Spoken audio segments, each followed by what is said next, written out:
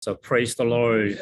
First of all, I just want to say thank you for everyone who participate together in this beautiful conference, and I thank God and thank you for the wonderful, amazing presentation from Reverend Lanato Badoe. And every time when I heard from you, and it's amazing and inspiring, challenging, and it's very, very exemplary to give the amazing idea that the Filipino can do for the great mission of the Lord. And dahil po sa mga maraming tao dito po sa worship hall, una po sa lahat gusto kong sabihin because dahil po sa maraming tao sa ating pong iglesia dito, so I just want to say thank you for the brothers and sisters who come together here, my wife and others. My presentation is limited due to time. Amen. I hope I can share some of very, very important issue of the in the Islamic context in the world. And I've been teaching in Islamic studies of all of the world, Tunis and Algeria and Morocco and Hungary and Turkey, the Islamic countries, and teaching them the several weeks, several semesters and others. Islamic study is quite important for us, but somehow a lot of Christians and mission strategists never pay attention to the core value and also importance of the Islamic studies and disciplines. So therefore, we really want to challenge the Filipino overseas workers and others to do the missionary work, but somehow we are not ready because we don't know how to fight. We don't know how to hit the importance of the enemy's strategies and others. So today, as I share with you some of the very mission strategies and historical events that how we are able to penetrate the strongholds of the Islamic world as we pay attention to the possibility of the Philippine mission movements. And I just want to share together with you and thinking together and study together and search the will of the Lord in this context. So let me share with you my PowerPoint first. And I hope that you may be able to have the better suggestions and proposals. If you do have the application that you are able to do, I appreciate it to do. So let me begin to start my slideshow. And this is so-called the Filipino mission mandate in Islamic world. And as we say that the Filipinos are called by God to do missionary work. And what is very important things is the focusing on something. Meron siyang subtitle option So in this context, I think we have to looking at the global Christianity along with other world religious populations. The Christianity actually occupies by the 34%, and then Islamic people actually represented by the 23%, and then Hinduism 50%, and the Chinese religion and Buddhists follow after that. So this one is quite important for us. We have kind of very careful statistics in 1910 when the Edinburgh World Mission Conference started. But that's the one we had a very careful, the global survey on the religious statistics. Therefore, at the time, back in 111 years ago, back in 1910, the global Christianity represented by 33%. So we've been doing all kinds of modern missions and the coastline missions and inland missions and even more unreached people mission. Ever since we started, there is no change of the Christian population in the world since 1910. This is seemingly very gloomy. However, we have to know why the population doesn't change when it comes to the rate of the religious population. But think about it and think also the Islamic population. The Muslims in the beginning of the 20th century, it's represented only 3% to bigger and maximums of 4%. Therefore, it's less than 600 million believers beginning of the 20th century. Nowadays, it's a count for 1.9 billion. So the Islamic growth is the fastest and the greatest in the history of the world. Bypassed, actually, we may say the 500% between 100 years, 900 and 2000. And then if you sum up together 20 more in 21st century, it's going to be the 700% growth from the beginning of the 1900s when it comes to the population of the Islamic people. So the Christian world, any endeavor we want to do, we never defeat, we never gain any advance into the Islamic world. It's the Arabic world and the Maghrebs and in other part of the Pakistan, Afghanistan and Northern India, Central Asia, and the part of the Southeast Asia. So we don't know how to defeat, but we have kind of ambition. We have amazing zeal, but we never defeat any Islamic religions by means of the Bible sharing. So we have to know the fact and why we are continually lost in this battlefield. So in 2020, just last year, a few months ago, this is the latest statistics from the CIA, IMF, and World Bank. So the Christianity represented actually same rate by 33%. Is actually close to 2.4 billion people, believers. But these Christian people, it's not the Protestant believer alone. It actually says that 1.4 billion Catholic, 260 million Orthodox, and then close to 600 Protestant believers. Out of these 600 Protestant believers, the evangelical represented only 360 million people. So this is the very poor statistics in the world as we continually doing the advance of the gospel throughout the whole century, but you never gain any good reports in any country, in any locality, or any the part of the non-evangelized area. So this is a fact that we have to know. So as you're looking at, here's a beautiful one today. You see the Islamic world, the non-religious world in China, and Hinduism, Buddhism. We may say that there is a revival, there has been a great revival in China, but it's still represented by 6% of the population. That means, actually 94% of the Chinese people never had any gospel hearing. And in fact, the Hinduism, by 99.4%, they never had any gospel contact in their lives. And in Buddhist area, it's followed by the Hinduist. But out of that, the biggest, the challenge we have is actually Islamic world.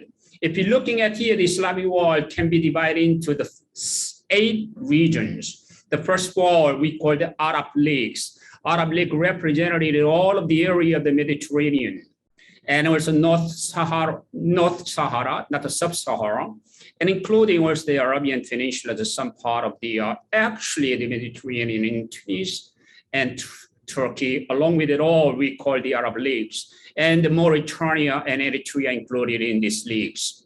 And then we have the Council of the the Arab World. That's the actually evaporating between the 2 leagues, and we so-called, many people understand they're Arab leagues. And then 3 countries, as you know, that like the Morocco, Algeria, and Tunis are the part of the Maghreb.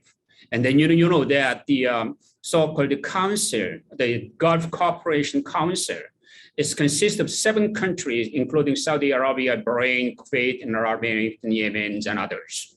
So these are actually the small factions between the Islamic world, but they are very much in tune with their networking collaborations in order to follow the way the EU was created before. They just want to make one block of their world, so-called Muslim world, rise it like what the Harvard professor Samuel Huntington says that as global power. The Islamic world is not like a Christian world. They have military power. They have a government power. They have judicial power. They have also the economic power and market value. They have also Dawah center. We Christian people share the gospel. That's only by mouth, by only sharing. But the Islamic world is not like us. So how they penetrate the stronghold of the Islamic world, if you want to targeting very least evangelized place on earth. So this is very questionable to us. And then if you're looking at here today on the map, the 1040 window is actually represent in at least 60% of the global population in this list. This which is the least evangelized area. Many of us remember that we know these places because this is Islamic, Hinduist, and Buddhist area, and in East Asia, South Asia, in the Central Asia, and the Middle East, and the North Africa, and some part of the Middle East. These are the area that never had been penetrated by any Western mission frontier. Over the 2,000 years, in fact, in the verse, that actually we were actually grown out of the Middle East, the Palestinian territory, Jerusalem, and the New Testament background, which is called Asia Minor, and the place the gospel penetrated, all of the area was taken back by the Islamic ascendancy. Can't you remember? Islamic power knows how to melting down and breaking down the power of the gospel from the place where the gospel was birthed, and actually Christianity was birthed. Jerusalem was taken, and Mediterranean is taken, and the Islamic power is still advancing to the Christian world in Europe and other part of the world. Are we ready to fight back? Are you ready to dismantle the power of the stronghold? Somehow we can say amen, but if I say how, nobody knows. That's why you and I need to share and understanding how we proceed to penetrate the Islamic world by the way that God actually designed according to the word of the Lord in the Bible. The brothers and sisters and fellow workers and overseas fellow workers, and also the missionaries around the world, I want to challenge you. Don't do by your desire, but do it very strategically. Do it very spiritually and biblically. What God is going to open up the new door in this area. And as I begin my lecture and presentation today, I just want to take on the two places in this place. If you're looking at here down below, the Filipino archipelago located in the gateway of the 1040 window. The Philippines is the only Christian nation in Asia. As you know, that the Philippines is also the only possible country to be a mission force. But if you're looking up in the north, can't you remember the halfway of the peninsula of the Korea? That's South Korea, the most evangelized country in the Northern Hemisphere. It's represented 27% of Protestant believers, and it's more than 16 to 17% Catholic, strong, very biblical Catholics in South Korea. There, unlike in other countries in the world, if I can observe, the Korea is very deeply evangelized, though there are many unbelievers and others.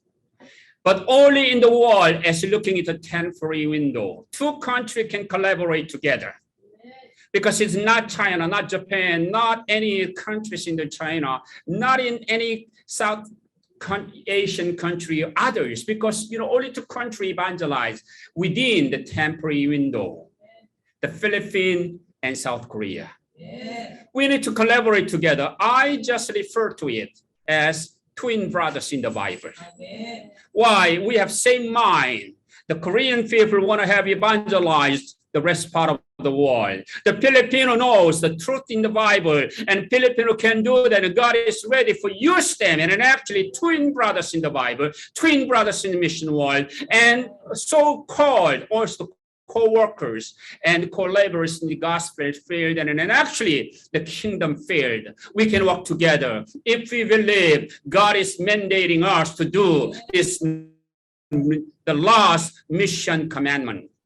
The brothers and sisters, if I want to challenge you this in the part, out of the actually 7.9 billion people in the world, here you can say that 4.3 billion people living in the 1040 window. And here we have the most unreached people living in this 1040 window. As you know, that 8,000 unreached people in the world, out of that 83% unreached people living in the 1040 window, 6,800 unreached people within this Asian part of the continent. And don't you remember, only 90% of missionary walking out of temporary window.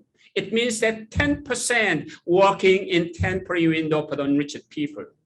This is very disproportionate because we have missionary power, overseas mission, cross-cultural mission, but we never pay attention to Islamic regions and Hinduist region and Buddhist region strategically and very wisely. We have energy and power resource. We have all of the different kinds of cross-cultural missionaries, but our energy and power are not there in the temporary window. Still, we have to be reminded. So I just want to say that here in this part of phenomenal, the growth of the Islamic world, so-called Islam is fastest growing religion in America and also rest part of the world. It's called, according to Los Angeles Times, New York Times, Islam is fastest growing religion in the United States after 9/11 in 2001. I've been teaching in America about the American awareness of the Islamic ascendancy. This is not ascendancy, so-called, we call resurgence of the American Islamic power, but this more horrible in Europe. And this also, some of the Christian words, we call that it's like, the Indonesia and Malaysia and Central Asia. So I'm going to explain that Central Asia by 90% to the 70% Christianized before. When Soviet Union fell, don't you remember Uzbekistan, Kyrgyzstan, Kazakhstan, and the Turkmenistans, and all of this Tantan country reverted their faith, and then unilaterally they became the Islamic state right now. No country in the world stopped that. And Ethiopia was Christianized for a long time, almost close to 2,000 years, but it never stopped the Islamic invasion by Eritrea and also Somalia and some of the Djibouti and from Sudan and Egypt. Remember, we Christian mission never stop the Islamic advance. We have to be aware what to do and what not to do. So many resources and powers are in already evangelized area, but we never send wisely the very powerful persons and people to the people who are really waiting for the gospel.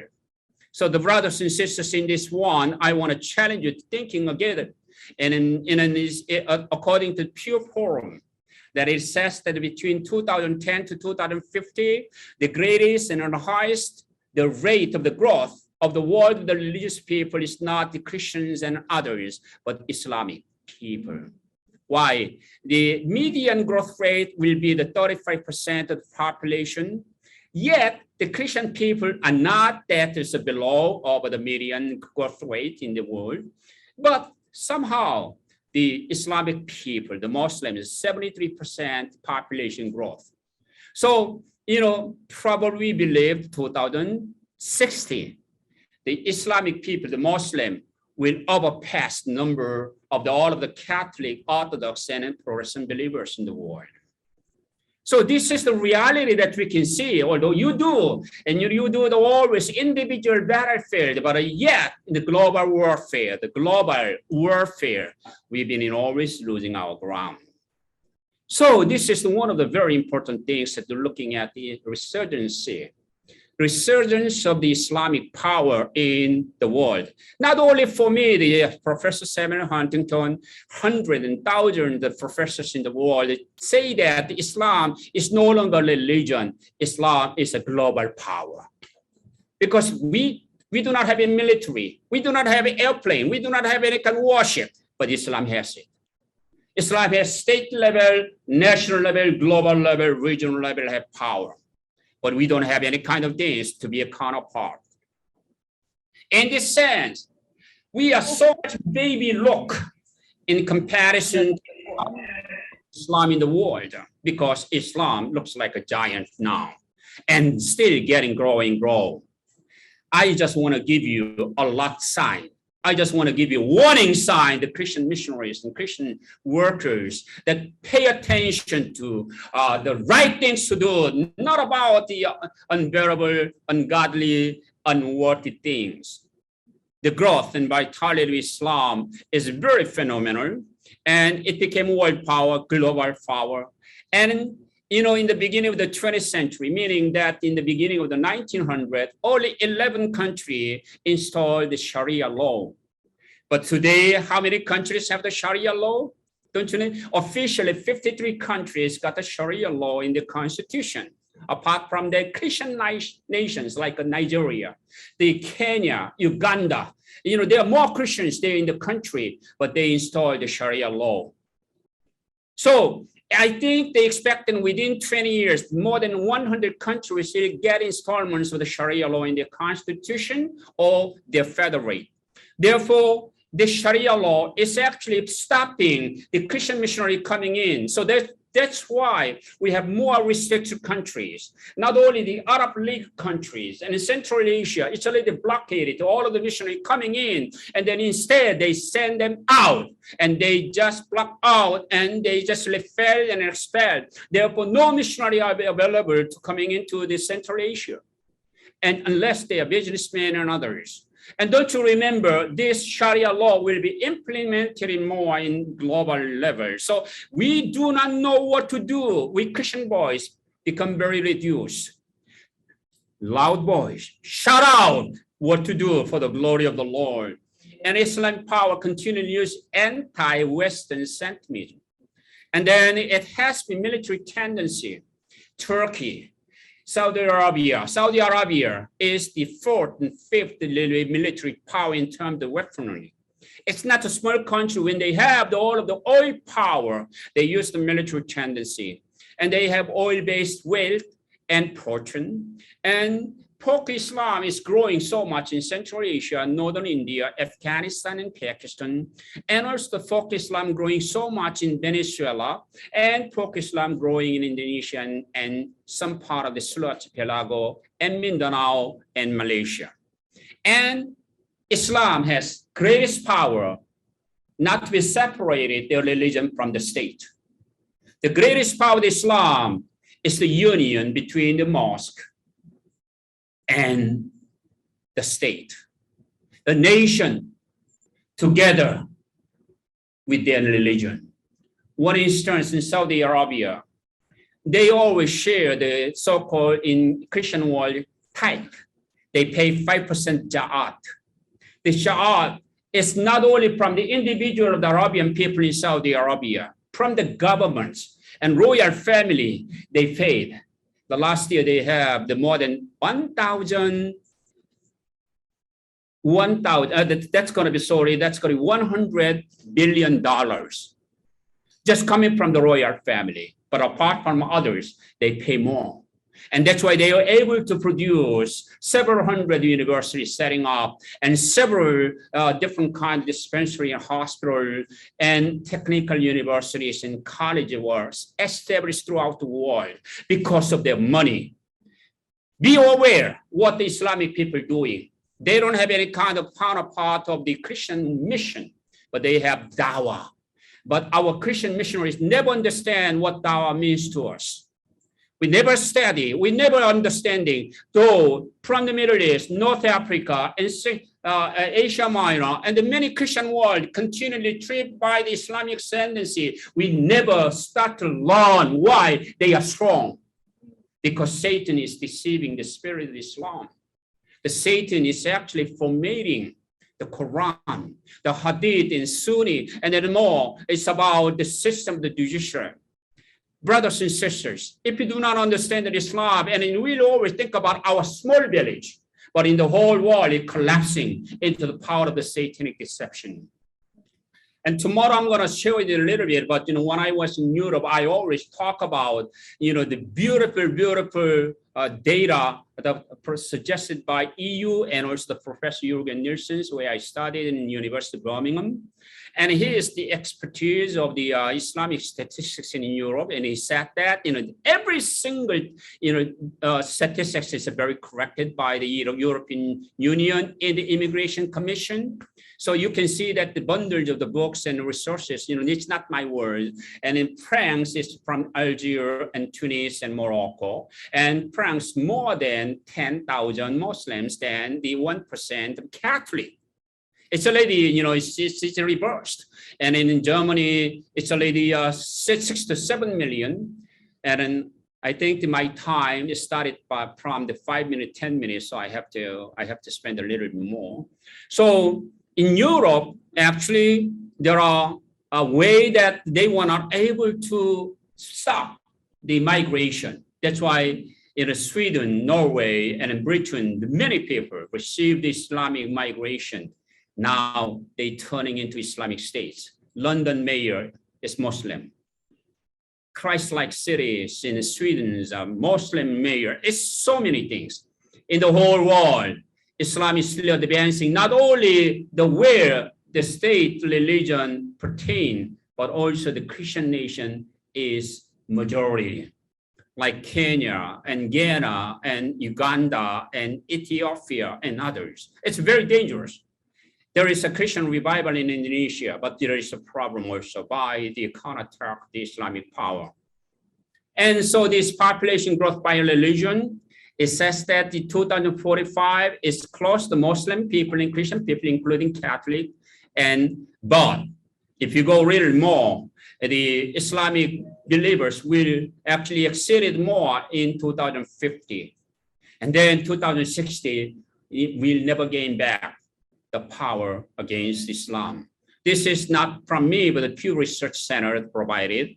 And so this is the percentage. We never changed our percentage, including the Catholic and Orthodox and the Protestant believers. But Islam will grow from actually 5 to 6% from the dawn of the 20th century. And now it goes to 33 to 34%, if 25 years or 30 years more. So this is one of the problematic for us, how we stop the Islamic advance. And this is not from me, we call the Islamic Institute in America. And so they say that we are going to Islamize whole world. No matter how Christian world living in, they're thinking from the less than 1%, and 3 to 4%, and 15%. And they have all tactics and strategies how to bring the Islamic advancements to the Christian world. So they say that in 2038, the Russia will be Islamized, and in China will be the half number of the Chinese people turning to Islamic religion. And India will turning into the Islamic religion from Hinduism, and also the Buddhist country will have the Taoist center. And so in 2047, Russia, including some of the Eastern Europe and many other European countries, and also including Christian people in the, if you're looking at here, it's like a South Sudan Christian nation, in Ethiopia, and Uganda, and then, the Tanzania, and some part of the Ghana, many countries will be Islamized. And 2048, they just projected that, the half the number of the global population will turn into Islamic religion. And then they say that, this Islamic religion advanced downward to this Africa and also all of the American continent in the north and in Central and Caribbean and South. So here, you see, it's a little more, they are targeting, but Christian mission versus Islamic mission. Are we ready to fight back against Islam? We are not actually ready. We have passion, we have zeal, we have kind of amazing vision, but we don't know how to use our effort. We don't know how to fight back. And we don't know also who the enemy is out there against us. So we have to know first the no counter-Islamic mission strategy ever since the Samuel J. Emmer, that started an Islamic mission in Persia 140 years ago. And then, during the Scottish Bible Society, doing the missionary work for 90 years in the North Africa, Algeria, and Tunis, and Morocco. They gained only 7 converted, 7 believers in 90 years out of 1,100 missionaries. So can't you remember, even 1 year, not one believer, 90 years. It's not easy to bring the Muslim to the gospel of the Lord. So do we have rightful? Do we have very biblical? Do we have amazing strategies and tactics against the Islamic power and advance? So here, we Christian world are very individual and decentralized mission, because it's not a station-backed. It's not actually military-based. It's not a global power. But though it is like, very individualistic. But Islam is a centralized power, and with a Dawah mission. And the world religion, can't you see that Christianity is is like, very segregated, individualistic, and it's not actually as a wholesome, but Islam is a global powerhouse. Bible versus Quran. Quran is targeting, deny the authenticity of the Christ as Savior. And the Quran is designed by Satan and actually dismantle all of the truth in the Bible.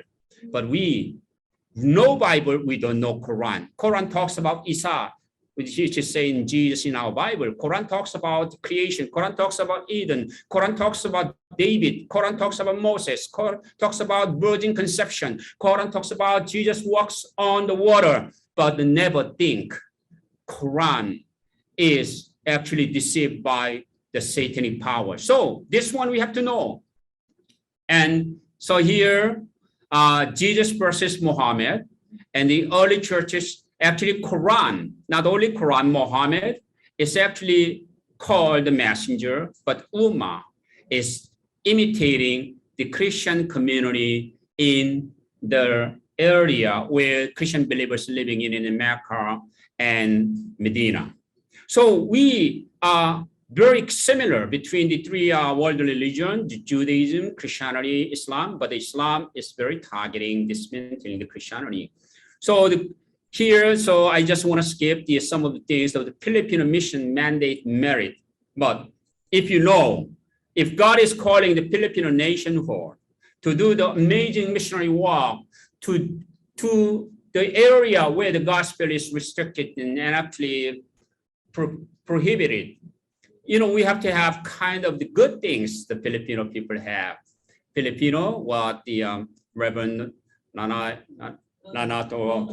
Pathos says that the only Christian nation, and I know that, but this is the Catholic nation, not the Protestant believers country, and only country mission experience. This is quite important today that I'm going to engage amazing fact of the background of history, the colonial mission, modern mission, post-colonial mission. And the Filipino power, not only overseas contract worker, overseas Filipino workers, OFW, or the Filipino diaspora. That this is a little different terminology that I'm going to explain the later parts. And then so anyway, the Filipino diaspora, Filipino overseas Filipino workers as mission first. It's very quite important. And then God is using the Philippine nation still experiencing church growth and revival. So in that part, if you're looking at here, the global mapping of the overseas of Filipino, you can see that the number 1 to number 9, number 10, all of the different locations in the West and in Europe and then, in North America and other part of the world, God is actually distributing beautiful, beautiful number of the Filipino people in order to share the gospel of the Lord. So here, I just want to skip because some of the part the Reverend Badoy shared. So here, this is the part the Philippines was colonized by Spaniard, but the Philippines has experienced missionaries and procedures and viceroy messages by colonial mission. And I think in Asia, this is the only nation experiencing this way. And then there are ways of plantation haciendas and estancias. And then the Pueblo, Priesthood missions and population. These are very important ones, but I want to skip. If you're looking at how to defeat the Islamic power, we have to looking at how the conquistador of the Spain retrieved the Islamic power in Iberian Peninsula. That's what we have to looking at. So, and this is the last part. What can we do, brothers and sisters? There must be a very careful tactics and strategies to mobilize Filipino workers. We have 13.5 Filipino diaspora. Out of that, we have 2.4 Filipino overseas Filipino workers. And out of that, we have 1.5 illegal Filipino workers abroad, which is not included in government statistics. And then we have amazing church growth between 9 million to 11 million born again, including Protestant believers and evangelicals. But if you target the 10% of the believers out of the Filipino diaspora, and this is going to be more than 1 million people can be missionaries. But do we have the right targeting? Do we have the right, training tools?